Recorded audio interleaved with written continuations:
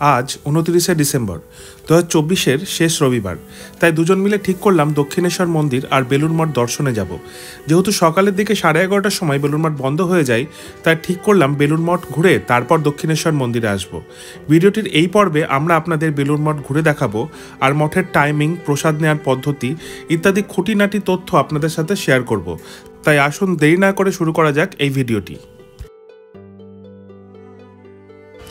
বাড়ি থেকে যখন রওনা হই তখন ঘড়ির কাঁটায় বাজে 8:30। আমাদের আগে থেকেই ডিসিশন নেওয়া ছিল যে আমরা দক্ষিণেশ্বর যাব বাইকে করে, বাইকটা সেখানে পার্ক করে লঞ্চে করে আমরা যাব বেলুড় মঠ। বছরের শেষ ছুটির দিন কোনো স্পিরিচুয়াল জায়গায় কাটানোর লোভ সম্বরণ করতে না পেরে আমরা পৌঁছে গেলাম দক্ষিণেশ্বর এবং বেলুড় মঠে। এটা হচ্ছে দক্ষিণেশ্বরে ঢোকার মূল ফটক, আর তার ঠিক বাঁ দিকে যেটা যাচ্ছে সেটা হচ্ছে ফেরিঘাটের রাস্তা। আর এই গেট দিয়ে যদি আপনারা ঢোকেন, মূল ফটক দিয়ে ঢুকে এই বাঁ দিকে যেটা আছে সেটা হচ্ছে পার্কিং। এই যে গাড়িটা ঢুকছে সেটা পার্কিং।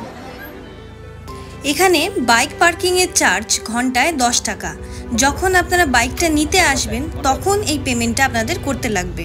আপনাদের সুবিধার্থে স্ক্রিনে পার্কিংয়ের রেট চার্টটা দেওয়া থাকলো, লাগলে আপনারা স্ক্রিনশট নিতে পারেন। পার্কিংয়ে নেমে 2-3 মিনিট হাঁটা পথেই আপনারা পৌঁছে যাবেন ফেরিঘাটে। দক্ষিণেশ্বর থেকে বেলুড়গামী প্রথম লঞ্চ ছাড়ে সকাল 8টায়। এরপর থেকে প্রতি আধ ঘন্টা পর পর রাত 8টা পর্যন্ত লঞ্চ ছাড়ে বেলুড় মঠের জন্য। জনপ্রতি ভাড়া মাত্র 11 টাকা।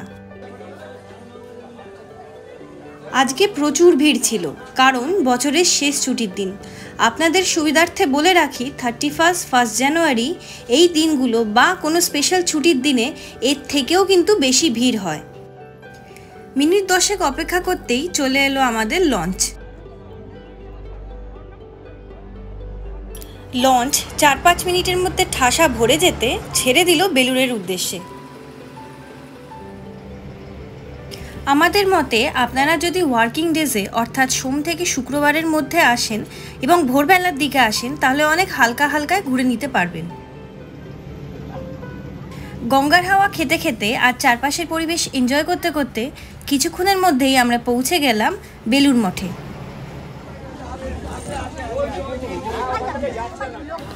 ঘাটে নেমেই নিয়ে নিলাম 2 কাপ গরম গরম চা।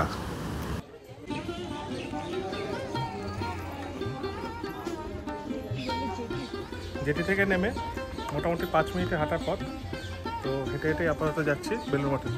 বেলুড় মঠ এপ্রিল টু সেপ্টেম্বরে খোলা থাকে 6:30 টু 11:30 সকালবেলা, আর বিকেলবেলা 4টে থেকে রাত 9টা। আর অক্টোবর থেকে মার্চ মাসে সময়সীমা 6:30 থেকে 11:30 সকালে, আর বিকেলবেলায় 3:30 থেকে 8:30। আপনাদের সুবিধার জন্য সময়সূচি আমি দিয়ে রেখেছি, চাইলে আপনারা স্ক্রিনশট নিতে পারেন। মঠের ভেতরে বিনামূল্যে জুতো রাখার অনেক জায়গা আছে, এখানেও জুতো রেখে আপনারা ভেতরে প্রবেশ করতে পারেন। জুতো খুলে ভেতরে প্রবেশ করা বাধ্যতামূলক নয় যতক্ষণ না আপনারা কোনো মন্দিরের ভেতরে প্রবেশ করছেন। বেলুড় মঠের এটি হলো মূল মন্দির। এই মন্দিরে প্রবেশ করার আগে জুতো বাইরে খুলে রাখা বাধ্যতামূলক, সাথে ফোনও সাইলেন্টে রাখতে হয়।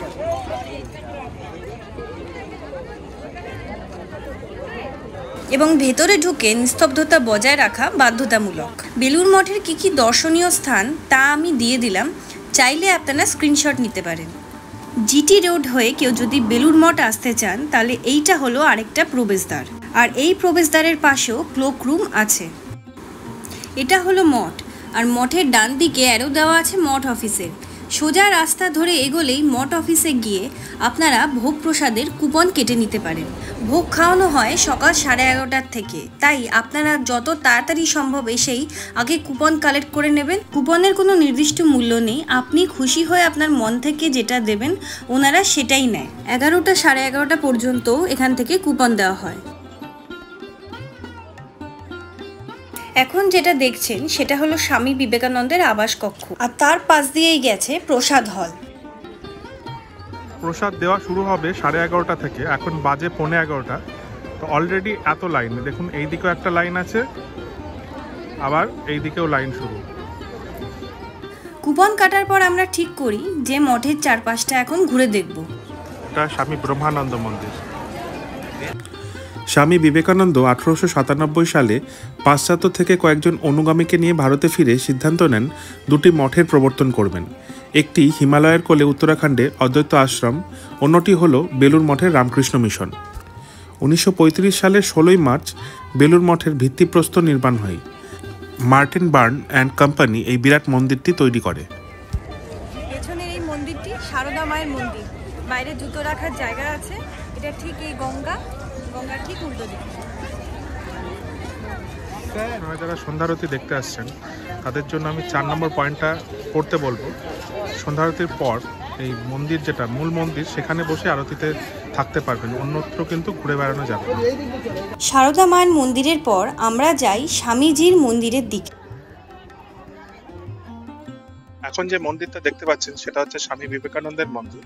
এটা 1924 সালের 28শে জানুয়ারি স্বামী বিবেকানন্দকে উৎসর্গ করা হয়।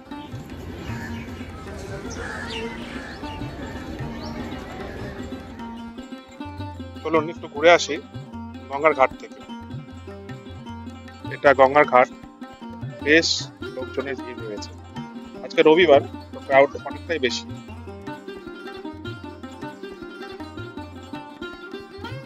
ভাববেন না লাইন ছোট হয়ে গেছে, ভালো করে লক্ষ্য করে দেখুন, 2 লেয়ারে লাইন চলছে। বেলা বাজে এখন 11টা, অলরেডি মনে হচ্ছে প্রসাদ দেওয়া শুরু হয়ে গেছে।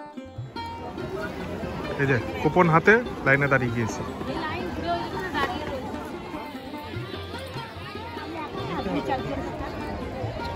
মোটামুটি 5-7 মিনিট লাইনে দাঁড়ানোর পর, 5-7 মিনিটের বেশি হবে, 10-12 মিনিট, আমরা এখন প্রবেশ করলাম প্রসাদের রুমে। এখানে লেখা আছে প্রসাদ হল, তো বেটার বলা ভালো প্রসাদ হল। খাওয়ার ব্যবস্থা আছে ঢুকে ঢুকে।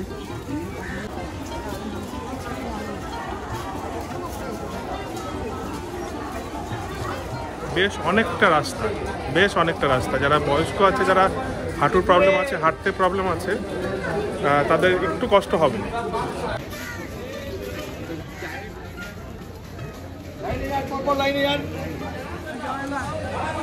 প্রসাদ গ্রহণের বিশাল বড় কক্ষ।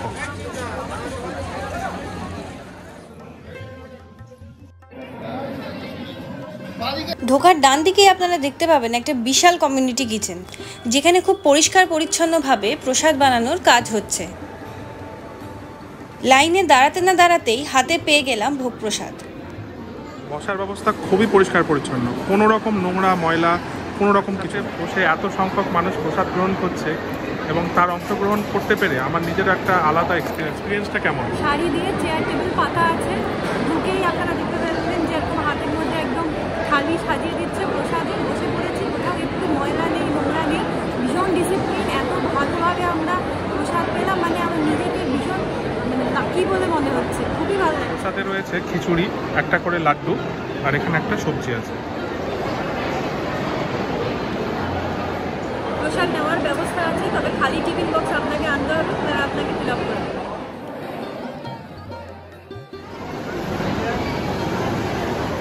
প্রসাদ খেয়ে বেরিয়ে এই দেখুন এত বড় হাত ধোয়ার জায়গা, পুরো এরিয়াটা হাত ধোয়ার জায়গা। একসঙ্গে প্রায় 2 থেকে 3 হাজার লোক খাচ্ছে এবং এত বড় ভক্ত সমাগম এনারা এত সুন্দরভাবে ট্যাকেল করছেন, সত্যি শেখার মতো। খাওয়া থেকে শুরু করে হাত ধোয়া পর্যন্ত বা খাবার ডিস্ট্রিবিউশন পর্যন্ত কোনো জায়গায় একটু ভিড়, জটলা বা কোনো রকম কমপ্লিকেশনস নেই। সত্যি মানে যারা MBA পরে এখানে এসে অন্তত ট্রেনিং নেওয়া উচিত 1 মাস। ডিসিপ্লিন কাকে বলে? একদম, এটা হচ্ছে ডিসিপ্লিনের ফল। এত ক্রাউডকেও এত সুন্দরভাবে হ্যান্ডেল করছে, সত্যি সত্যি দারুণ। শর্টকাটের জন্য আমরা মন্দির থেকে বেরিয়ে টোটো নিয়ে নিয়েছি, 10 টাকা করে ভাড়া। আর এখানে 11:30টার সময় মন্দিরের গেট বন্ধ হয়ে আমরা আপনাদেরকে পুরো বেলুড় মঠটা ঘুরে দেখিয়েছি, কোথায় কি খুঁটিনাটি প্রসাদ কি করে পাওয়া যাবে, তারপরে আশেপাশে যে ঘাট বা লঞ্চ ঘাট আসবেন কি করে, সমস্ত দেখিয়েছি।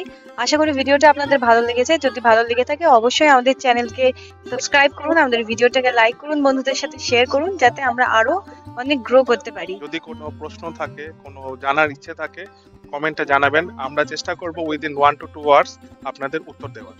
তো এই ভিডিওটা এই পর্যন্তই, পরবর্তী কোনো ভিডিও নিয়ে আবার দেখা হবে। ততদিনের জন্য take care and goodbye. এর পরের ভিডিওতে থাকছে দক্ষিণেশ্বর মন্দির ভ্রমণ, পুজো দেওয়ার পদ্ধতি আর মন্দির সম্পর্কে নানান রকম খুঁটিনাটি তথ্য। তাই পরের ভিডিওটি দেখতে একদমই ভুলবেন না।